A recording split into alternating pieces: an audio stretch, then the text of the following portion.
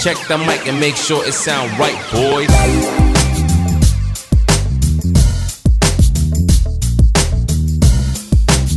Things, Coach Mike, no? For Caloocan, they start off with Joggy Laude as Kalahat almost got it in. And mayroong foul na tinawag laban dito. A bit of edge and a little bit of roughness against a tough team, the Weavers. And Joko Tayongtong had his chance of trying to guard Dave. And this time, it's Cabanag. Gives it up to Romel Kalahat. 3 seconds left on their shot clock. Cabanag from Amanlangit, from Kasin. Kasin was 0 out of 7 in that game. Medyo nagkulang sila, no, in that department the last time out. Kalahat splitting his charities again. I think 14% only from the free throw line. Ildefonso lines it up for 3. It's good. Well, that's one thing that Dave is definitely going to game, but you understand, he's never going to shy away from an open shot situation, just like this guy right here. Kalahat counters. Kalahat is actually close to a 40% three-point shooter, but you know, for him to be able to continue with that, they also got to secure the defensive rebound on the other end of the floor. Gio Chu gets the putback, got entangled with Joggy Laude. Kaya nga, sayang rin yun. Ang magandang weapon rin yun. Nice feed! Pitoon finds Ronnie Matias. You know, maka-generate ng closeouts at patrabahuin rin ang depensa in terms of defend against shots. Itong Abra Weavers. Skip pass to Jason Brickman. Oh, man. Who knocks down a free. That's the cue for leaving it up for that roll by Ronnie Matias. Brickman tries another free. Back-to-back for Jason Brickman. The guy is not, and then leaving it up that open space all for Jason to take and make. Matagal-tagal pang maagawa ng bahay dito yan, Coach Mike. Kulang pa sa bricks eh. Threat din talaga siya eh. Oh, 4 games played, a couple of them he started. He's actually shooting 60% from 3, and you know, he really is just picking his spots. And, because we said that's what exactly Laude was bringing to the game. He was trying to get in the mind of Gio Chu, and Gio's got to understand not to fall for it. Height-wise, he's head above shoulders. Tama rin ang kanyang 2 daughters. Both playing volleyball. Very extensive sports history nitong Ildefonso. Speaking of, Ronnie Matias turns around and still got rejected by Raven Gonzalez. That length clearly a factor, and the vision meanwhile by Brickman setting up John Oduba underneath. And that really basa yung mga reads and flow ng offense, and especially the defense. Oh man! Equally nice pass. I1 puts on the Jets. The follow-up, Batino. He's the 3rd best scorer para sa Caloocan, and so if he stops shooting, you know where the points gonna come from. And an average that they played this season so far. Nice passing inside. Because of the Caloocan team, that the bigs of the Abra Weavers are also very capable passers. Nice pass inside and a good find. Remaining, last shot time for the Weavers. Serrano forcing his way in off the glass. Na pinapakita nito ni Jason Brickman. But I mean, to Mika's report, kasi yung mga yung basketball IQ ni Jason Brickman certainly off. In the first couple of games, nakita natin, no, he was trying to ease his way in. May mga pasa nga na sanay siya na nako-convert ng kanyang mga kampe. But I mean, in game number 1, especially with the big 90% free throw shooter. And so if that is really just getting to know you pa lang, sa pool, si Don Subre ni Raven Gonzalez. That sure looked like he put his arm down. I'm not so sure if that elbow really hit Bonsubre. Nakikita natin. Yeah, see that again right here. Got that ball down on the middle. He got held up, went up, got that bump. Oh, it's just the ball. The ball. Parang at first glance, akala natin.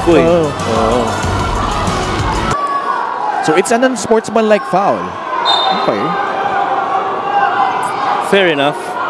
You know, she threw that ball right on But it didn't look that hard yung pagkakatama. So he ends up with it. Halos 8 buwan na rin, no? Wala silang taas. Valencia ahead. Mark Puma was rejected. But there was a foul, a push. Clean. See that again. Joey takes off. Oh, he even had his left hand warding off. Challenge tuloy. Oh, challenge talaga yan. Upon review, the challenge was successful. There was no foul. You were right, Coach Mike. It is a successful challenge by the Abra Solid North Weavers. Yeah, because that contact would not have happened kung hindi nag-ward off yung left hand ni Joey Barcuma. I don't think aabutin ni yung katawan ni, you really gotta build on those learnings from your very first season and try to take the title home this 7th season of the MP. James Ingles. You gotta take that if you're Kalahat. Irvin Palencia, Joey Barcuma, Ronnie Matias, James Ingles, Kalahat. Gives it back to James Ingles. Good Not shot. shy to take that three. Kissing it off the glass and in. And I will always be a guy that understands the role of scoring. And you see right there, once he got that ball, walang hesitation, really just took it and found the help with the glass. 3-point shot is brought to you by Extreme, your one-stop shop appliances. Yung hari ng norte, no? Mga tanong na. Oh. Ayon-ayon, Mintis. Bagsak si Marquis at si Barcuma. Marquis trying to retain possession. He does. Batino the recovery, but he traveled. Barcuma down on the floor. And you love the intensity. See this right here. Mark could have easily given up on this possession, pero he just kept on going for that 50-50 ball. Until, napunta na sa kay Batino before measure that defense right in front of him. Pero itong zona na to, pinatigil rin yung fast break nitong mabilisang pag-score para dito sa Weavers. Nakalusot si Alfred Batino. 8 puntos, 4 na rebound. Ildefonso sidestep. Difficult shot. Going to be those days, but the important thing is he contributes in other departments. 8 ang labang. Bitoon fading away. Beautiful looking stroke over to force Gio Chu into a traveling violation. Oh, nice pass. Bonsubre. Ginamit ang masarap na pagkain. Parang yung pinuvide sa atin dito. Oo nga naman. Manday! Wakali! Parang yun tiki-taka sa football. Yung mga close passing. Oh. Bola muntik ng maagaw. Brickman libre para sa dress. Yes! Somebody Entire series, Jason Brickman picking up from where he left off. Really, just a good release right there by Jason. That's a three. Yeah. Third 3-pointers remaining. Enough time for Abra to put up a shot. Gio Chu inside. And that's something to say to Joko Tayongtong. Happening on the floor since he's played here in the MPBL, and he really just wants to prove a point that he too can, figure things out here against the physicality of the teams that go up against him. Ito sa ating pangatlong yugto. Good action. Kabanag. Yeah. Just a good decision and a good read by Ronnie Matias. Itong free throw na ito ay hatid sa atin next Keeping this game within striking distance ng Abra.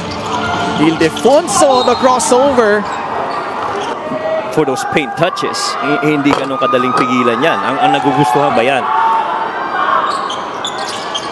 Dave, 2 for 2. Kalahat, 5 on the shot clock.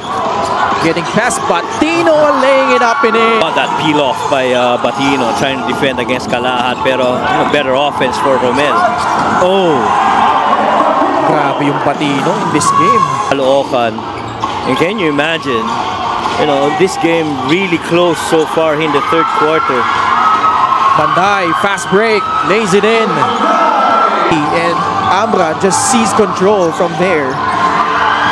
Pero dito mas maganda yung nagiging performance nila. Kalahat, wala. Uy, Ingles was there to clean it up. Serrano nasa loob na para sa Abra. Nakalusot at naipasok. Still on the floor. numbers here for Abra. Serrano, fouled by June Bonsubre. Too much an opening that hindi niya ma-deny sa sarili niya. Kailangan kuhanin ko yun. And June Bonsubre was pretty much on that weak side trying to defend against the Batino. And wisely, Encho Serrano attacking that. Ilabas muna kay Batino, balik kay Encho. At the baseline, Brickman libreng-libre para sa tres. Lista muna! Well, two exciting games. Oh, Brickman, set up job to Jeo Chu. oh my God. And you just Chu, double-double in game number 1. 10 points, 10. far has been that game number 1. We had 10 points on a 75% field goal shooting. Caught his own miss. Quarter. It's a single-digit quarter for Caloocan. They need points right now. Manlangit, Abra in penalty. Matias, back to Manday. Flips it up, gets the friendly bounce to end the third. I see right there, Jeff Manday getting down on the middle lane. And you see Coach Yong Garcia talking. Langit and Jeff Manday. Yes. And akala nga natin magiging siyam lang yung output niya. And again, Jeff Manlangit is again going at it. I mean, if you're gonna go down. Been huge for Abra, 17 offensive rebounds. But they turn the ball over. Bitoon, bounce pass. Gets it back from JJ Manlangit. He has to contend with Marvin Taiwan. Nice skip. Mike for three. Yes, sir! Just in the nick. Mike Ayonayon. Dinalik kay Jason Brickman. 3 seconds on the shot clock. Jason Brickman. Too easy. He's just that good. Kabanag, nakalusot. Serrano on an island against Manday. Uduba, he will try a free. Oh, wow. John Uduba. Kabanag at the right corner. Trying to shake off David Defonso. Nice cut by Barcuma. Rebound, but Gonzalez misses at the rim. Manday, stop and pop free. There you Patay! There you go. That's what we've been waiting for. Number 19 for Abra. Oh, wow. Brickman behind the back. Flips it up. Puts it in. Plus a foul. Oh, my goodness. See that? Tried to spread his legs to create that separation against Joey and able to finish off leg amidst that defense by Barcuma. Takes a great move in the game. Why we saw very little of the time on the floor for Joey. His dribble. Kasi he's really more of a catch and shoot guy or escape dribble shooter. That's the thing. As Ronnie Season did a good job. Won his first game coaching itong Caloocan. They went up and made this good run here in the postseason. And unfortunately, this year, same result, but take nothing away from what they have done. This year, they were able to dethrone Pampanga, but this night belongs to the Abra Solid North Weavers. Maraming salamat. I'm with the best player of this game. Walang iba kundi si Jason Brickman. And of course, the winning team owner of this series, the very proud Congressman JB Bernos. Good evening, guys. Jason, we talked about how you're still getting the hang of things, right? But we haven't seen that in the last two games. In the first game of the series, you had 13 points. Today, you had 18. You had 4 out of 6 in your threes. I mean, it seems like you've been here forever. Yeah, I think we have a great team, so I'm just doing whatever I can to help the team win.